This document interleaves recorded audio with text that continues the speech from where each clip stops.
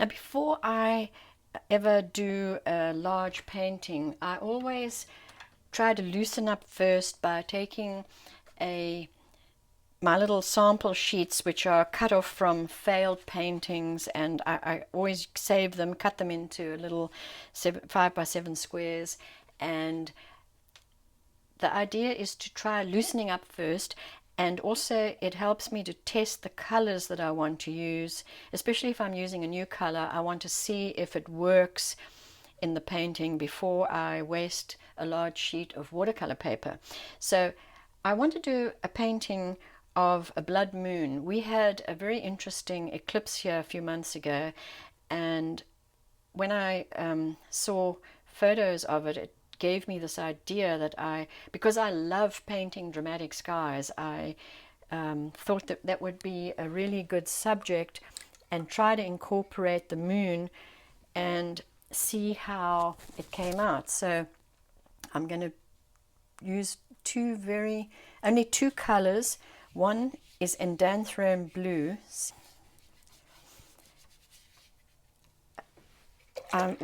With that, the lower half, this is just going to be sky painting, nothing else but a sky painting. So I'm thinking about what I'm going to do. This is New Gamboge that I'm adding to this. And the moon is going to be the dark, deep orange color, and I want to carry a little bit of the blue down here, just so there's not too many straight lines or anything like that. Now, I'm going to add to this an interesting texture with a product by Schmink, which is dry gouache, and it comes in different colors. This is the gold one, and I also have bronze. And what I'm going to do while the sky is still wet is just throw some of this stuff into the sky and see what happens. The sky is a little bit dry there, but that's okay. What I'm going to do is just flick it in. Oh, I didn't mean to do that much, but that's okay, because what I'm going to do is, this has to be wet. It's like a powder sitting on top, and I really want to wet it and make it part of the painting. So I'm going to take my little mist spray bottle and just give it a couple of sprays to make it wet, and then let that run into each other. We want to just keep the moon part clear. And remember, this is just my test piece. This is actually going to be a larger painting. I'm just testing what I can do with this, because I've never used this bronze, this golden dry gouache before, but I sort of like the colors of it, and you can actually manipulate it around with a palette knife, I've discovered.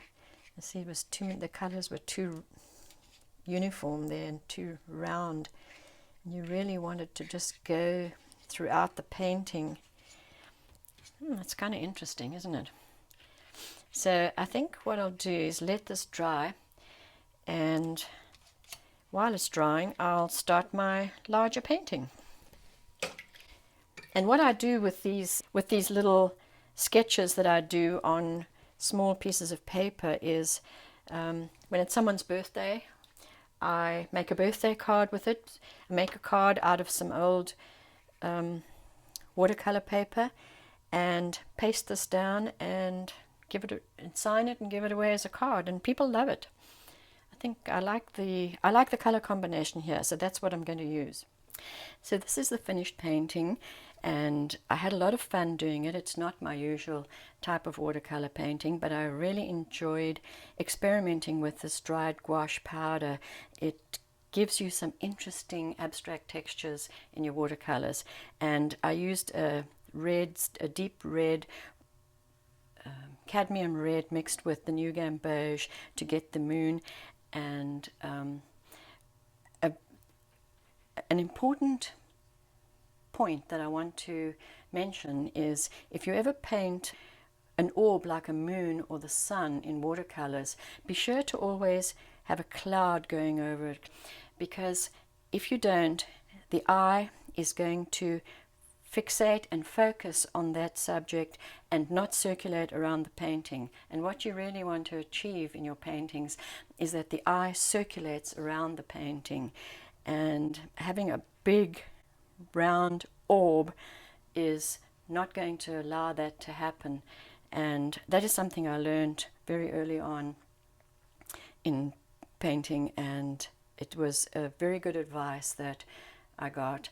And I've noticed that in paintings I've observed where the orb hasn't been broken up with a cloud, that the eye does fixate on that orb and doesn't circulate around the rest of the painting, which is really what you want to happen.